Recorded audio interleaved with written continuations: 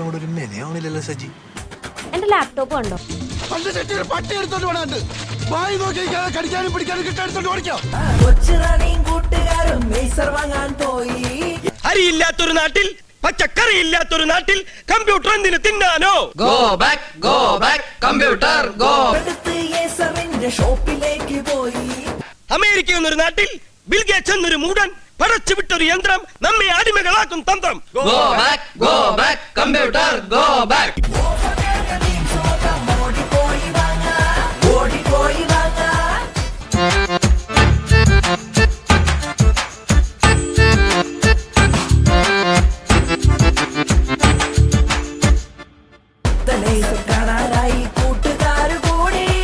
അഹങ്കാരം പറയല്ലോ.